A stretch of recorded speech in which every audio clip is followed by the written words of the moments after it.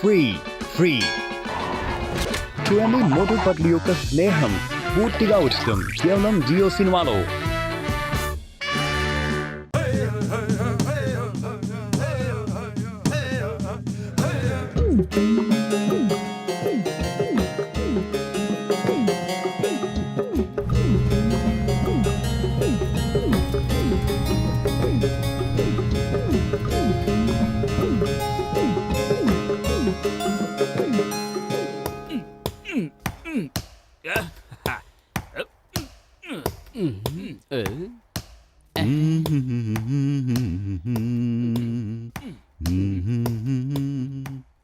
ఎవరో మనుషులు వచ్చారు, ఎవరో మనుషులు వచ్చారు.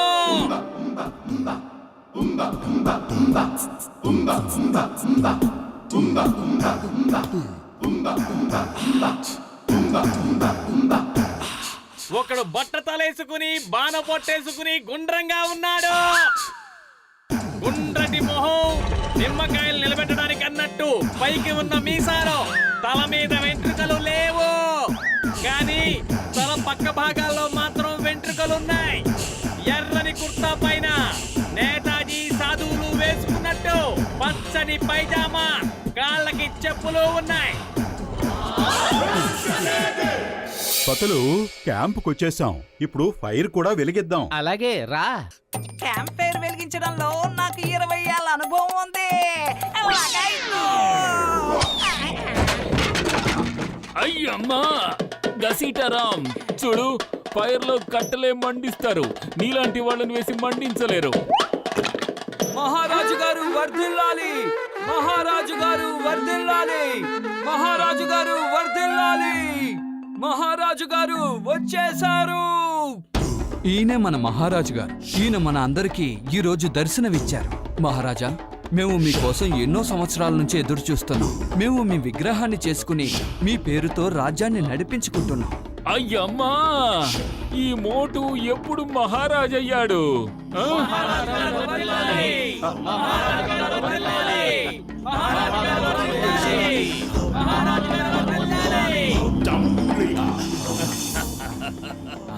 అలా చూడండి మహారాజా, అది మీ విగ్రహమే. ఎన్నో సంవత్సరాలుగా ఇక్కడుంది. మాలో ఎవరు రాజుగా ఉండాలనుకున్నా వాళ్ళు ఆ మూర్తి దగ్గర అనుమతి తీసుకుని రాజ్యాన్ని పరిపాలిస్తారు. మా నిజమైన రాజుగారు మాత్రం మీరే. మహారాజు మోటు గారు వర్ధిల్లాలి, వర్ధిల్లాలి, వర్ధిల్లాలి.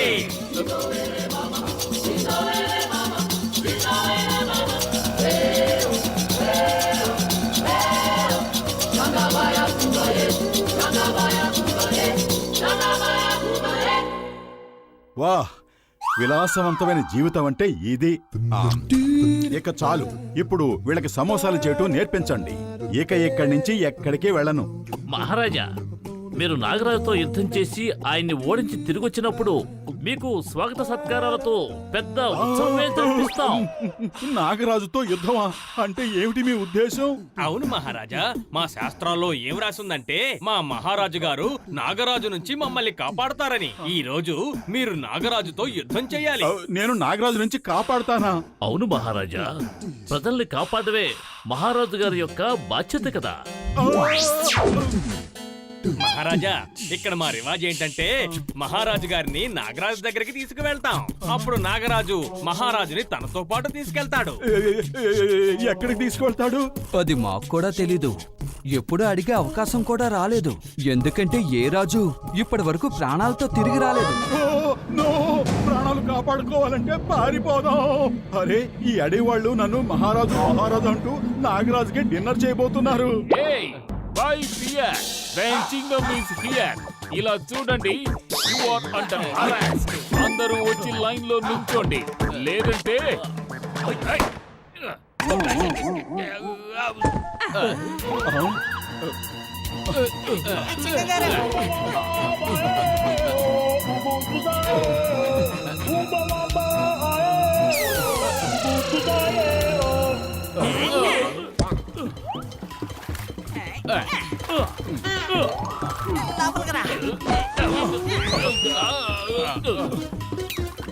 అరే బాపురే, త్వరగా పోనివ్వండి.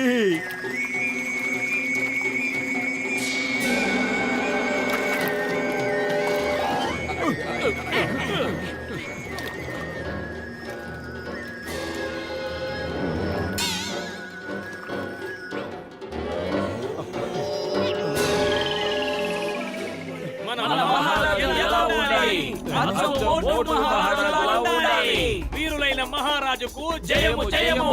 అరే పెద్దన్నయ్యలు, మీరు ఇంకా నాకు ఎందుకు జేజేలు కొడుతున్నారు? మేము ప్రాణాలు కాపాడుకోవడం కోసం పారిపోతున్నాం. మహారాజా, మీరు మహాత్ములు, గొప్ప వీరులు కూడా.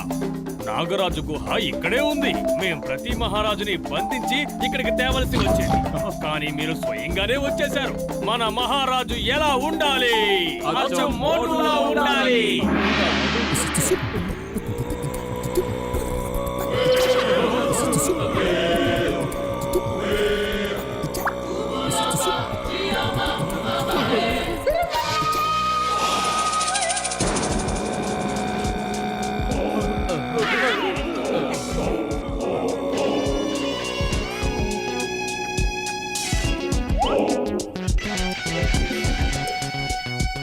అరే వింటున్నారా?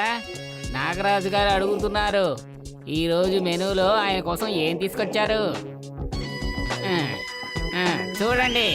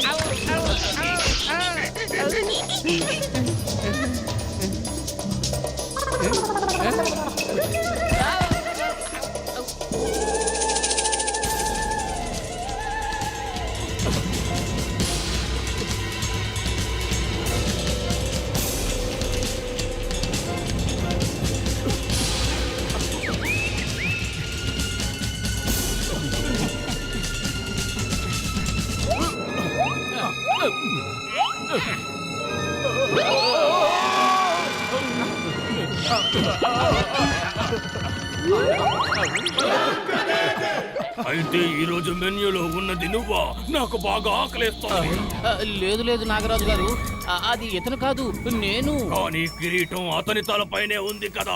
నాకు పెట్టడానికే దీన్ని తీసుకొచ్చాడు. ఇప్పుడు నా తలపైన ఉంది.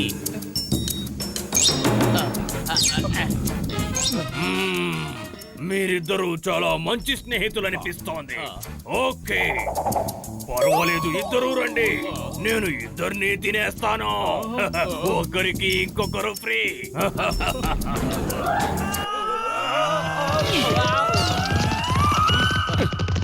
చింగం స్నేహితుల్ని తినడం ఇంపాసిబుల్, ఇంపాసిబుల్.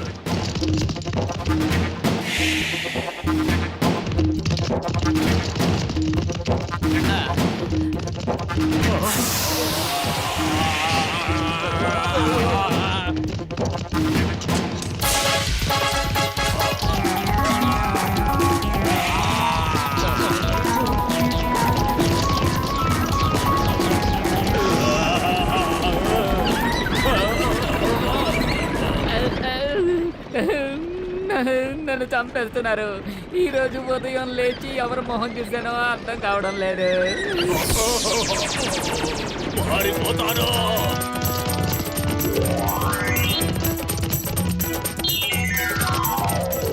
అసలు కడుపు ఖాళీగా ఉంటే నా బుర్ర ఏమాత్రం పనిచేయదు. ఏదో ఒకటి చెయ్యి. ఐడియా సర్జీ.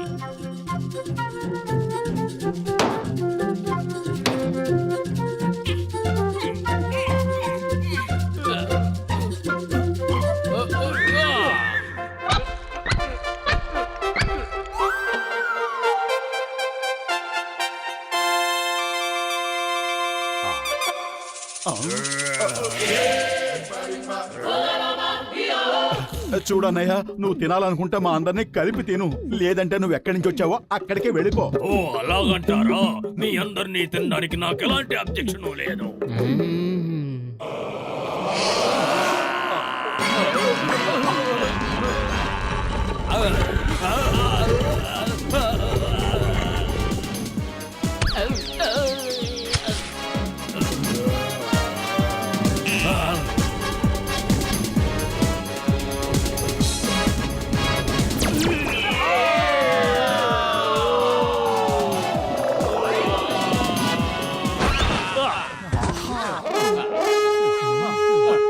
పోదో చెంచా, మనం ఇంకెక్కడికైనా వెళ్ళిపోదాం.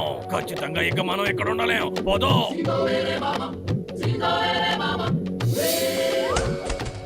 పెద్దన్నయ్య, ఎంత త్వరగా వీలైతే అంత త్వరగా ఇక్కడి నుంచి పదండి. తమ్ముళ్ళు, మీరా నాగరాజు అనకొండని ఇక్కడి నుంచి తరిమేసి మాకు ఎంతో గొప్ప మేలు చేశారు.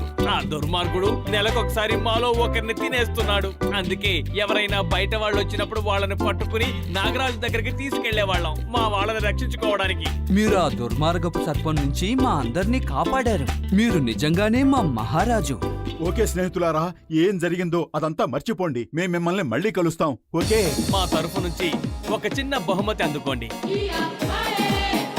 జై హో! హే! హే! హే! హే!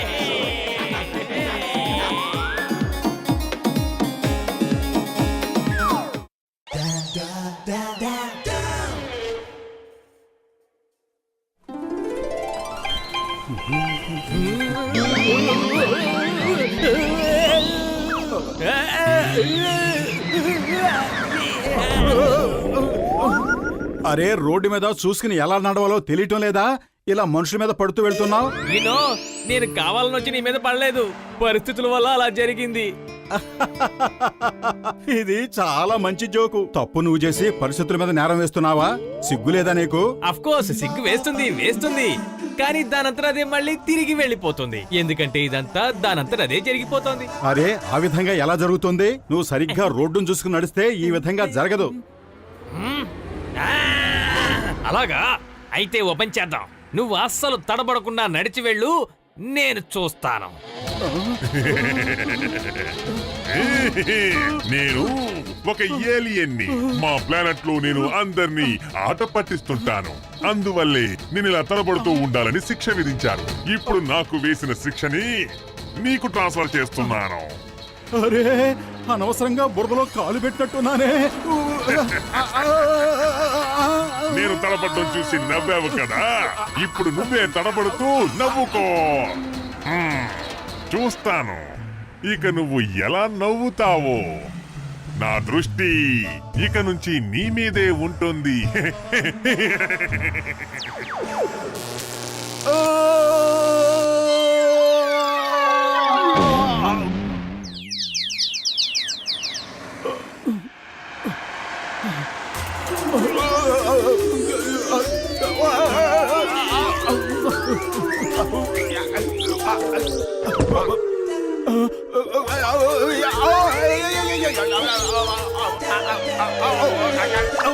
ఏయ్, ఎవరది? నా తలుపులు బదులు కొట్టేది ఎవరది? చాలా బాగుంది, నువ్వేనన్నమాట. నా తలుపులు కొట్టి మెల్లగా జారిపోదాం అనుకున్నావన్నమాట. అది నీ వల్ల కాదు. పొద్దుటి నుంచి నేను బాక్సింగ్ ప్రాక్టీస్ చేయలేదు. ఇప్పుడు నీతో నేను కొంచెం సేపు ప్రాక్టీస్ చేసుకుంటాను. ఆగు ఆగు, కదలకు. ఇదిగో కాచుకో. వద్దు, నన్ను వదిలేయ్.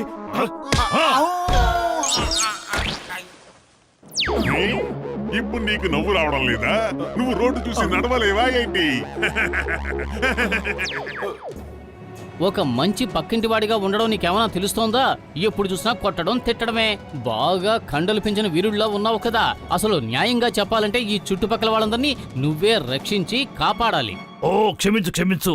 నా మనసుకి ఆ విషయం తట్టనే లేదు. నిన్న అసలు నేను పట్టించుకోవడమే లేదు. ఉండు, ఇప్పుడు పట్టించుకుంటాను. ఇదిగో, కాచుకో.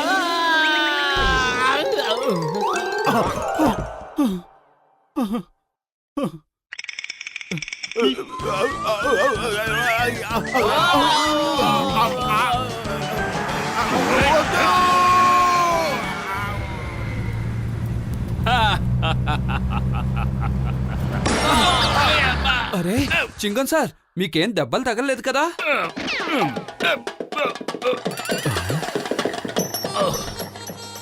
ఆలోచిస్తున్నారు. నా మీద పడిన ఆ ఇద్దరు మనం ఎప్పటినుంచో వెతుకుతున్న ఇంటర్నేషనల్ క్రిమినల్సా లేక లోకల్ తలనొప్పా అని ఆలోచించిన తరువాత నాకొక విషయం బాగా అర్థమయ్యింది. వాళ్ళు లోకల్ తలనొప్పే అని. పైగా వాళ్ళు మోటు పత్లులే అయ్యుంటారు, ఇంకెవ్వరూ అయ్యుండరు. భలే సార్ భలే, మీరు భలే ఆలోచించారు. మీరు ఎక్కడ ఉండవలసిన వారు కాదు సార్, ఎక్కడో ఉండవలసిన వారు. You are great sir, but you are little late sir. ఏం మాట్లాడుతున్నావు? పదండి వెళ్ళి చూద్దాం ఆ ఇద్దరు లోకల్ క్రిమినల్స్ ఎక్కడున్నారో. ఆ ఏలియన్ తో ఎందుకు అనవసరంగా గొడవ పడ్డావు? కోరి ఇబ్బందులు కొని తెచ్చుకున్నావు తెలుసా? మోటు నీకో సామెత తెలుసా? ఎవరు తీసిన గోతులో వాళ్లే పడతారు అని. నువ్వు తీసుకున్న గోతులో నువ్వే పడ్డట్టు అయ్యింది. అరే నేను ఆ విధంగా ఏమీ చేయలేదు. అవునన్నా కాదన్నా, ఇప్పుడు అదే నిజమయ్యింది. పద మనిద్దరం డాక్టర్ జట్కా దగ్గరికి వెళదాం. మెల్లగా జాగ్రత్తగా ఒక్కొక్కడుగు చూసి నడు.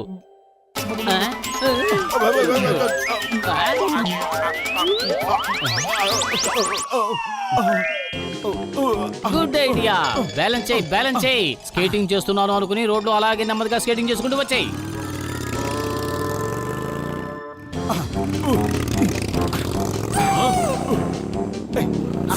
Stop in the name of law. ఏ మోటు పత్లు, చట్టం మీద ఒట్టు, భారత మాత మీద ఒట్టు, హిందుస్థాన్ మీద ఒట్టు. ఆగో. అయ్యమ్మా మోటు, నువ్వు ఈ బాస్కెట్ లో యోగా చేస్తున్నావా ఏంటి? ఈ ఆసనం పేరేంటో చెప్పు. Dust bin ఆసనమా? చింగం గారు, ఒకరు కష్టపడుతున్నప్పుడు మనం వాళ్ళని చూసి నవ్వకూడదు.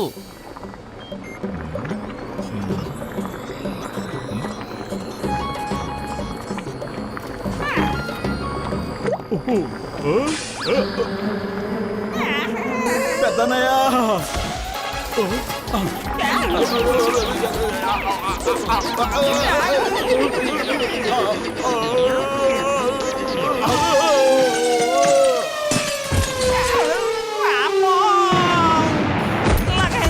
మోటు పత్తులు వచ్చినప్పుడల్లా ఏదో ఒక సమస్య పుట్టుకొస్తోంది. ఒకటి కొంటే ఒకటి ఫ్రీ అన్నట్టు సమస్యలు కూడా అలాగే ఉన్నాయి. నా 20 ఏళ్ల అనుభవంలో ఇలాంటిది ఎప్పుడు చూడనే లేదు. ఓయ్ మోటు, నా సహోదరుడా, నా ప్రాణమిత్రుడా, నేను ఒట్టేసి చెప్తున్నాను, నువ్వు గనుక వాటిని తొడుక్కున్నావంటే జారటం అనే సమస్య ఉండదు. పెద్దన్నయ్య నువ్వు నిజంగా మహానుభావుడివి. మోటు పత్రులు నా మిత్రులారా, నా సహోదరులారా, మనుషులన్నాక ఒకరికి ఒకరు సాయపడకపోతే ఎలా? అందులోనూ మీరిద్దరూ నా ప్రాణ స్నేహితులు, నా సహోదరులు. ఈ షూస్ వేసుకుని ఎక్కడ కాలు పెట్టినా ఆ కాలు అక్కడ లాక్ అయిపోతుంది. ఆ దేవుడి మీద ఒట్టేసి చెప్తున్నాను. థ్యాంక్ యూ పెద్దన్నయ్య. అయ్యో దేవుడా, నన్ను రక్షించు. సారీ నన్ను క్షమించండి. సారీ కాపాడు. ఏమిటి గసిటరాం, నన్ను క్షమించు. కాపాడండి. ఇప్పుడు నువ్వు ఎందుకెలా అరుస్తున్నావు? నేను నీకు ఆల్రెడీ సారీ కూడా చెప్పేశాను కదా. ఓయ్ సారీ చెప్తే సరిపోదు, ముందా కాలు అక్కడ నుంచి తీ, వాడికి నొప్పి వెళ్తుంది కదా.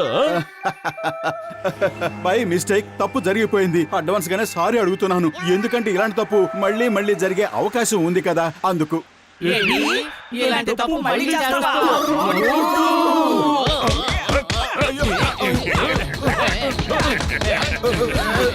ఆగండి, నువ్వే కదా చెప్పావు ఇతరులు బాధల్లో ఉంటే నవ్వకూడదు అని. కానీ నువ్వు మాత్రం నవ్వొచ్చా చెప్పు? లగాయతు, మేమెవరూ నవ్వడం లేదు కదా. మేమందరం కలిసి నిన్ను కొడుతున్నాం కదా. అదిగో అటు చూడండి, ఆ ఏలియన్ నన్ను చూసి నవ్వుతోంది. అది నన్ను ఎగతాళి చేస్తోంది. ఏలియనా ఏంటి ఇక్కడ? ఓయ్ పత్రులు, నా మిత్రమా, నా కంటికేమీ కనిపించడం లేదు. ఆ ఏలియన్ నీ కంటికేమైనా కనిపిస్తోందా? అది కాదు డాక్టర్ జట్కా, కానీ మోటు కళ్ళకు మాత్రమే తెలుస్తున్నట్టుగా ఉంది. అదే మోటుకి ఈ రకమైన వ్యాధిని ఇచ్చినట్టుగా ఉంది. ఇదిగో ఈ ఫ్లయింగ్ హెల్మెట్ పెట్టుకుని ఎక్కడికి వెళ్ళాలనుకుంటే అక్కడికి వెళ్ళు. ఇక మీదట నువ్వు నడవాల్సిన అవసరమే రాదు. అదరింది. త్వరగా పద పత్తులు, జాన్ బ్యాంక్ దోచుకుని పారిపోతున్నాడు.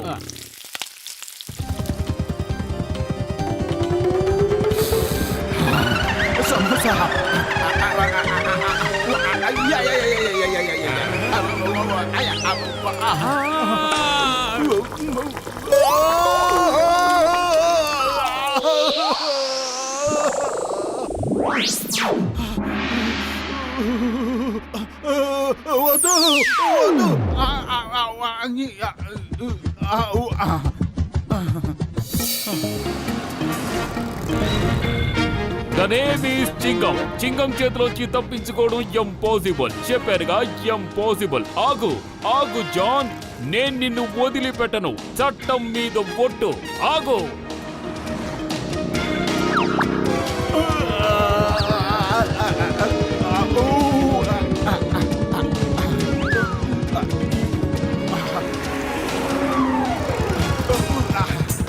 మోటు గాల్లో ఎందుకు స్కేటింగ్ చేస్తున్నావు? వెళ్ళి జాన్ను పట్టుకో. అతను బ్యాంకు దోపిడీ చేసి తప్పించుకుని వెళ్ళిపోతున్నాడు. ఏమిటి? Okay okay.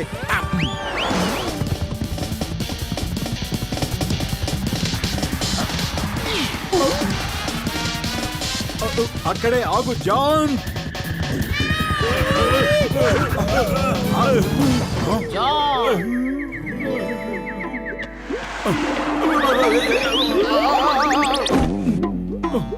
థ్యాంక్ యూ మోటు, నువ్వు చట్టానికి ఎంతో సహాయం చేశావు. ఈ రోజు నీ వల్లే ఈ జాన్ పట్టుబడ్డాడు. హా!